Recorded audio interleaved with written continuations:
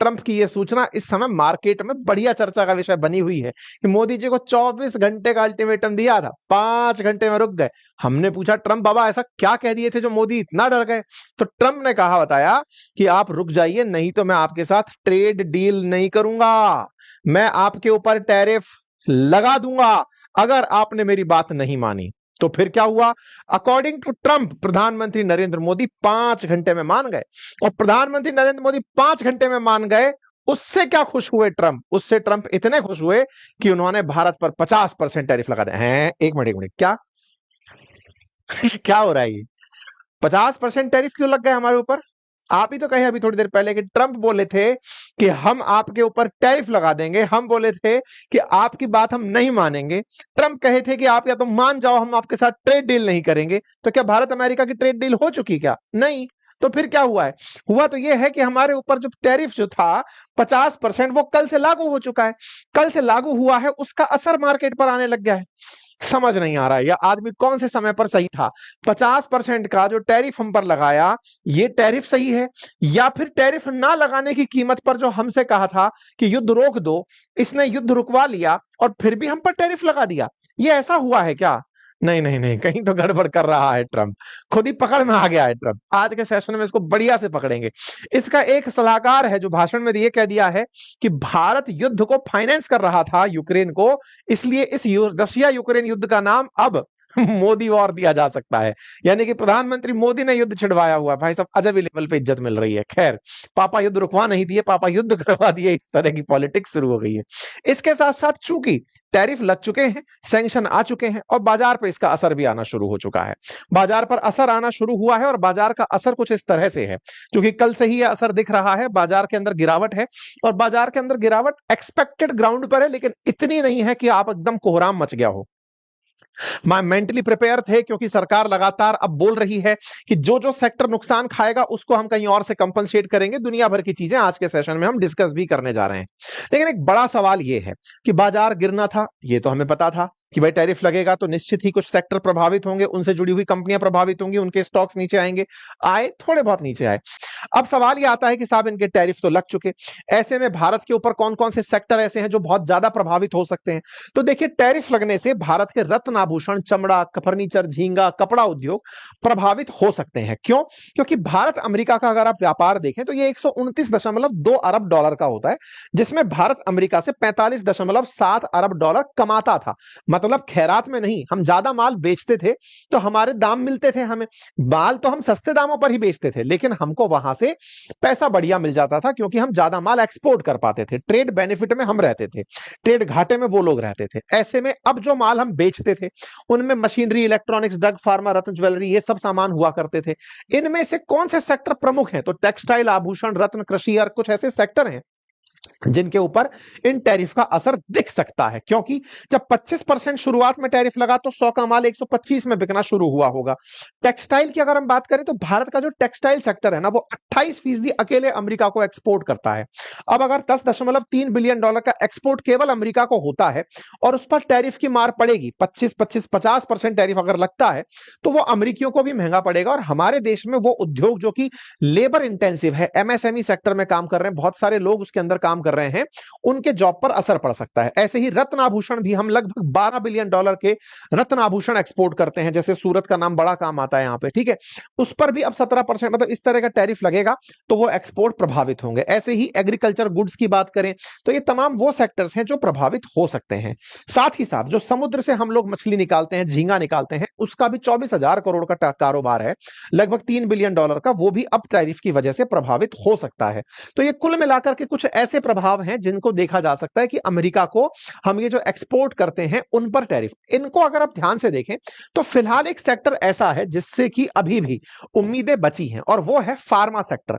उसके ऊपर अभी भी ट्रंप का टैरिफ नहीं लगा है। और दूसरा, इलेक्ट्रॉनिक गुड्स में स्मार्टफोन का जो मार्केट है उस पर ट्रंप का टैरिफ नहीं लगा है। ऐसे में फार्मा सेक्टर के नाम पर जो भारत की कंपनियां हैं वो अभी भी बचकर चल रही हैं, और इलेक्ट्रॉनिक्स की जो कंपनियां हैं वो भी फिलहाल फोन के मामले में बचकर चल रही हैं। हमारे देश के अंदर ये कहा जा रहा है कि इसके टैरिफ के वजह से भारत के ऊपर काफी सारी जॉब्स, लाखों की जॉब्स पर असर पड़ सकता है। ऐसा ग्लोबल ट्रेड रिसर्च इनिशिएटिव का मानना है कि 66% जो इंडिया का एक्सपोर्ट यूएस का है वो $60 बिलियन का है और उसकी वजह से भारत के अंदर जॉब लॉसेस का खतरा हो सकता है। लगभग हमारे देश के अंदर नौकरियां जाने का जो टेंशन है वो सबसे ऊपर है, क्योंकि हमारा वो जो सेक्टर सबसे ज्यादा रोजगार देता था उसी के ऊपर एक्सपोर्ट अटकेगा। इससे इकोनॉमी पर भी 0.6% तक असर पड़ सकता है। हमारी जीडीपी 0.6% तक डाउन हो सकती है। सबसे ज्यादा असर अगर देखा जाए तो बंगाल के ऊपर पड़ सकता है और दूसरा गुजरात के ऊपर, क्योंकि बंगाल में सबसे ज्यादा टेक्सटाइल का काम हो रहा था, सी फूड का काम हो रहा था, और गुजरात के अंदर इसका इलेक्ट्रो उसका हो रहा था, आपके रत्नाभूषण का हो रहा था। फिलहाल के लिए इलेक्ट्रॉनिक और फार्मा सेक्टर बचा हुआ है, क्योंकि अमेरिका में नियम है कि इन दो सेक्टर को वो छेड़ नहीं सकते। मतलब इस तरह से समझिए कि भारत की जो ये दवा कंपनियां हैं ना, इनको तो पहले से ही राहत दी हुई है अमेरिका ने, क्योंकि अमेरिका का मेजर इंपोर्ट भारत से होता है जेनेरिक दवाइयों में। भारत बहुत सस्ती दवाइयां प्रोड्यूस करता है। वहीं पर अगर इलेक्ट्रॉनिक्स की बात करें तो इलेक्ट्रॉनिक के केस में इन्हें अपने यहां के नियम बदलने पड़ेंगे। इनके यहां का एक सेक्शन है 232, उसकी समीक्षा करनी पड़ेगी अगर इलेक्ट्रॉनिक सेक्टर के अंदर अमेरिका को हमारे ऊपर सैंक्शन लगाने हैं। खैर, कुछ भी कर सकता है, अमेरिका के राष्ट्रपति है, हम इस चीज के लिए तैयार हैं। और भारत सरकार इससे निपटने की क्या तैयारी कर रही है, अब आप वो समझिए। इस बीच में जब दुनिया के सामने यह लगने लगा कि भारत का $60 बिलियन का एक्सपोर्ट प्रभावित हो जाएगा, तो हमें अपने ही देश के अंदर, क्योंकि लगभग $800 बिलियन के आसपास का हम लोग एक्सपोर्ट करते हैं, तो 10% के आसपास या 8% के अगर आसपास हमारा एक्सपोर्ट प्रभावित होता है, तो सबसे पहली चीज यह है कि हमें स्वदेशी को बढ़ावा देना होगा। अक्सर ऐसा हुआ है, जब भारत चीन का मामला फंसा तब भी हम स्वदेशी की तरफ मुड़े थे, अब भी हम स्वदेशी की तरफ ज्यादा जोर देंगे। दूसरा, भारत अब 40 ऐसे देशों को टारगेट कर रहा है जहां पर टेक्सटाइल सेक्टर से जो हमको अमेरिका से नुकसान होगा, हम उन देशों को टेक्सटाइल सेक्टर का लाभ दे सकेंगे। अर्थात अमेरिका अगर माल नहीं भी बिक रहा तो 40 ऐसे देशों को ढूंढा जा रहा है जहां पर भारत का माल बेचा जा सकता है, और बाकायदा प्रॉपर तरीके से सरकार इसके ऊपर काम कर रही है। चाहे उसमें यूके हो, जापान हो, साउथ कोरिया हो, इन सब देशों को टारगेट करते हुए जर्मनी, फ्रांस, इटली, कि यहां पर भारत कैसे अपना सामान बेच सके, इसको तैयार किया जा रहा है। इसके साथ साथ हम लोग अपनी निर्भरता के लिए दक्षिण एशिया, अफ्रीका, लैटिन अमेरिका के जो बाजार बड़े होते जा रहे हैं उन पे अपना ध्यान फोकस कर रहे हैं। यूरोप के साथ एफटीए के ऊपर काम कर रहे हैं। हम लोग इस पर जो काम कर रहे हैं, इस पर भी मैंने आपको कल ट्वीट करके एक जानकारी दी थी कि भारत कैसे इस दिशा में वैकल्पिक बाजार के विकास के लिए लगातार प्रयास कर रहा है, ताकि इसका जो नुकसान है उसको हम कंपनसेट कर जाएं। इतना ही नहीं, भारत सरकार के द्वारा 20,000 करोड़ का निर्यात प्रोत्साहन मिशन लॉन्च किया गया है कि भाई अगर किसी देश को हमें यह बताना पड़े कि भारत का कौन सा माल आप खरीद सकते हैं, तो इसके लिए हमें कुछ प्रमोशनल पैकेज चलाने होंगे लोगों को। जैसे आपको याद होगा ना, मालदीव्स के साथ जब हमारा वो चला था, तो मालदीव्स वालों ने हमारे देश के अंदर काफी सारे प्रचार प्रसार किए थे कि आप घूमने आइए हमारे यहां पर। बिल्कुल वैसे ही भारत सरकार 20,000 करोड़ रुपए का निर्यात प्रोत्साहन मिशन लॉन्च कर रही है ताकि एक्सपोर्टर्स को राहत मिल सके। इसी को ध्यान में रखते हुए प्रधानमंत्री मोदी ने त्योहार के अवसर पर स्वदेशी का आह्वान किया। कुल मिलाकर